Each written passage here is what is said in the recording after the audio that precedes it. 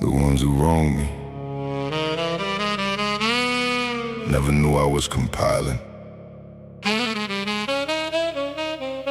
They thought the silence meant forgetting.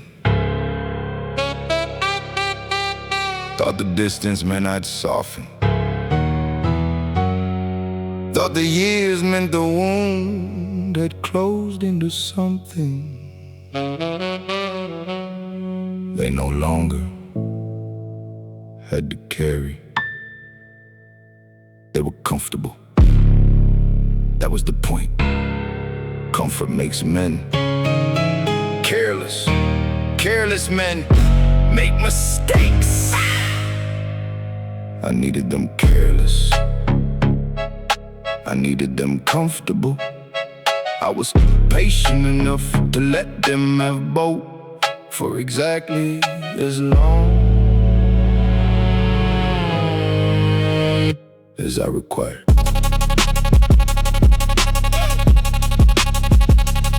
I wrote the name down in the ledger that no auditor will ever find. Filed the transgression and evolved beneath the architecture of my mind.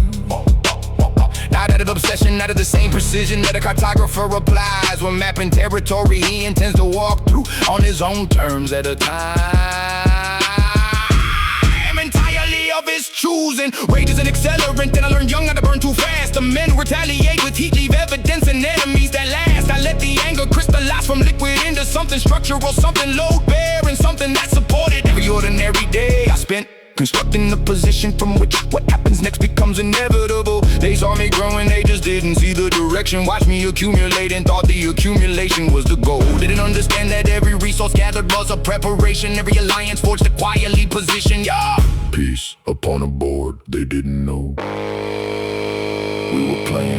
Vengeance isn't fire, I learned that latent paper learning. Vengeance is the glacial thing, the slow accumulation of the turning. It doesn't announce its arrival, doesn't dress in confrontation. It just shows up as the natural, inevitable destination of a road you started paving the moment they decided you were someone they could use and leave and not account for. I kept the day before I kept the grudge, I kept the composure before I kept the blade. And when the moment came, it came without a tremor, just a quiet reckoning of a debt precisely paid. There's a version of revenge that poisons the man who carries it, that turns the wound into a residence, the grievance into gospel.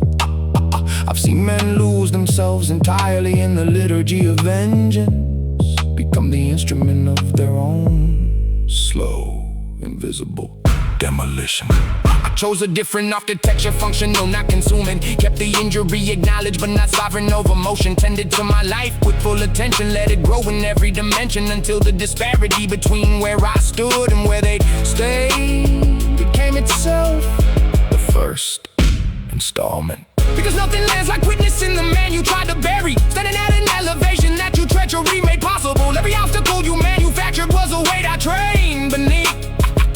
And I came out of the compression stronger than the version of myself that you betrayed. I wanna be honest about what it felt like when the moment came. It didn't feel triumphant the way I'd imagined it in the early years, when the wound was still announcing itself. Every morning it felt like arithmetic finally resolving, like a long equation that had been suspended mid-calculation for years, suddenly completing. There was no celebration, no savoring, no extended moment of dominion, just the quiet satisfaction of a man who kept his word to himself in the darkest season of his life. He promised himself something, and he delivered. That's all vengeance ever really is.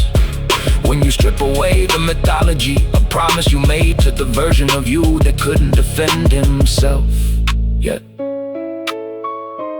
kept by the version who could.